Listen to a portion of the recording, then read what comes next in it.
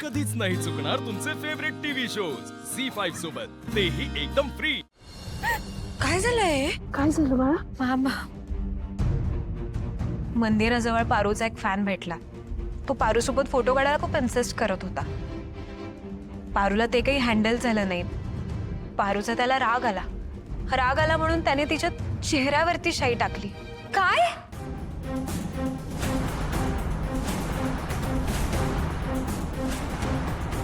Ma'am, मला असं वाटतं आपण पोलीस कंप्लेंट करायला हवी। नाही, मला उगाच मीडियामध्ये भलत्या सलत्या चर्चा नको आहेत। सावित्री, पारूला आत घेऊन जा। पारू, तोंड धुवून घे। चल बा।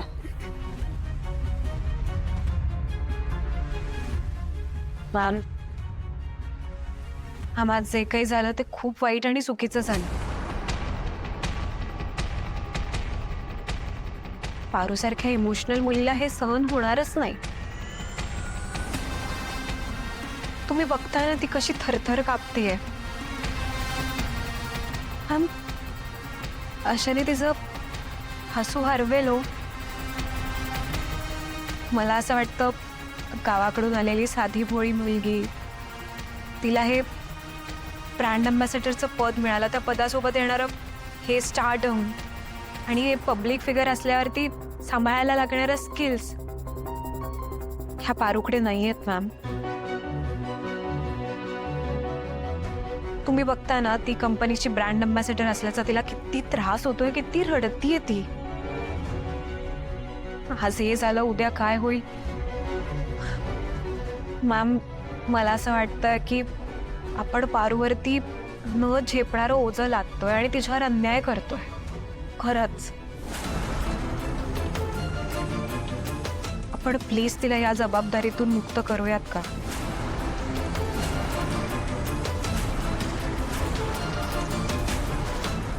Please, I beg you.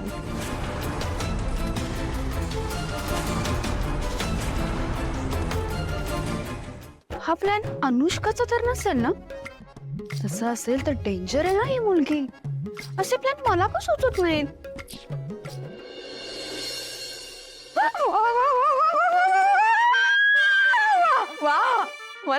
मला फार म्हणजे फार आनंद झालाय। या पारूचं सुद्धा तोंड माझ्यासारखं काळं झालं। तिच्यामुळेच माझं तोंड काळं झालं होतं ना। आणि ब्रँड अम्बॅसेडर पदाचा सारखा तोरा मिरवत होती माझ्या समोर। जणू काही पुढची आईला देवीच होणार आहे। ते मी असताना इथे दामिनी कसं शक्य? नाही नाही नाही नाही नाही, देव आहे या जगात। त्याने बरोबर हिला शिक्षा दिली। ते म्हणतात ना, जैसी बरणी वैसी करणी। करेक्ट, बरोबर तोंड काळं झालं या पारूचं। फार शहाणपणा करत होती ना माझ्या समोर। आता हिला कळेल की दामिनी काय चीज आहे ते। पण मला खूप समाधान आनंद मिळाला।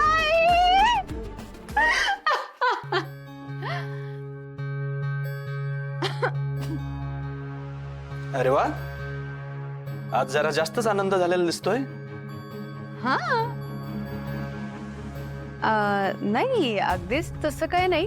तुम्हाला तर माहितीये ना, मी सतत अशी हसतमुख असते है ना? हो, तेही आहे। आजूबाजूला काय चाललंय याचा काही फरकच पडत नाही आपल्याला। मुळात गोष्टी डोक्यात शिरतच नाही। त्यामुळे असं स्वाभाविक आहे खुश राहणं। कळतायत मला टोमणे कळतायत। हो, अगं माहितीये मला, म्हणून तर टोमणे मारतोय ना। कारण पारूच्या बाबतीत आज जे घडलं ते बघूनच एवढा आनंद झालाय, बरोबर ना? हो, आणि मला सांगा, एखाद्याला आनंद होणं यात काय वाईट आहे?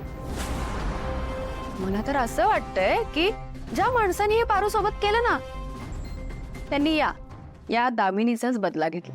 कळलं? हे ना पारू बरोबर होणं जरा गरजेचं होतं। फार अशी उडत होती ती, आता कळेल तिला। वा दामिनी, तुझं मन ना तुझ्या चेहऱ्यासारखं आहे ना? है ना? सुंदर आहे ना?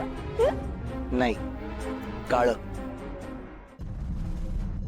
अगं पारूच्या चेहऱ्यावर शाईचे डाग आहेत ना, ते पाण्यानं धुतले जातील.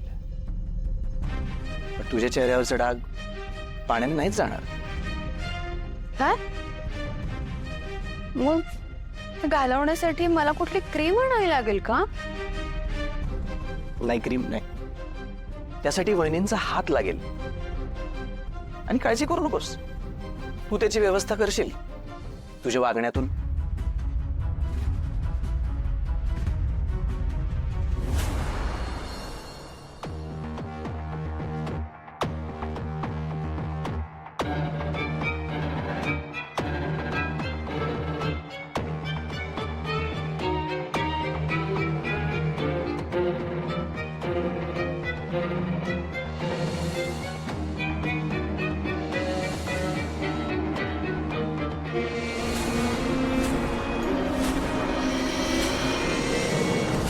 पारू बाळा, अगं काय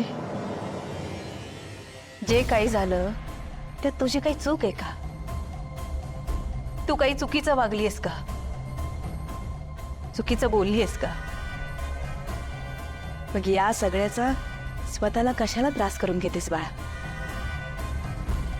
आणि हे बघ, जगात जशी चांगली माणसं, चांगल्या शक्ती असतात ना, तशीच वाईट माणसं आणि त्यांची वाईट विचारसरणी सुद्धा असते.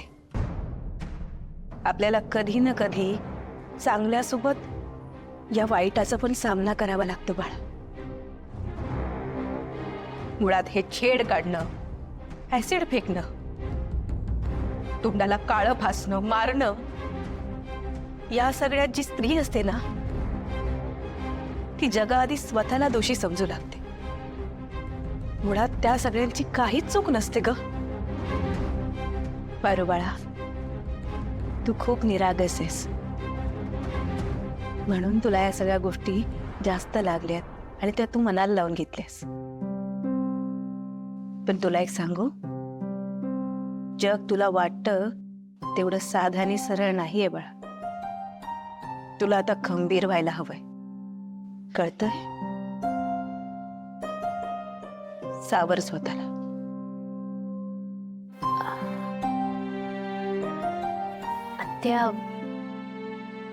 आत्या तुम्ही जे बोलताय ना ते मला पटतंय. पण जे काय ते झालं ना, ते हटवून सुद्धा भीती वाटतेय मला.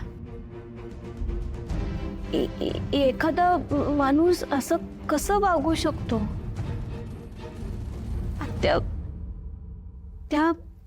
त्या माणसाचा स्पर्श झाला ना मला, म्हणजे तेव्हा मला लय विचित्रच वाटलं. म्हणजे कसं सांगू, असं वाटलं की एखाद्या इशारी नागानं दंश केलं मला. कसं तरी झालं मला. झी 5 ॲप डाउनलोड करा आणि पहा सर्व एपिसोड्स एकदम फ्री.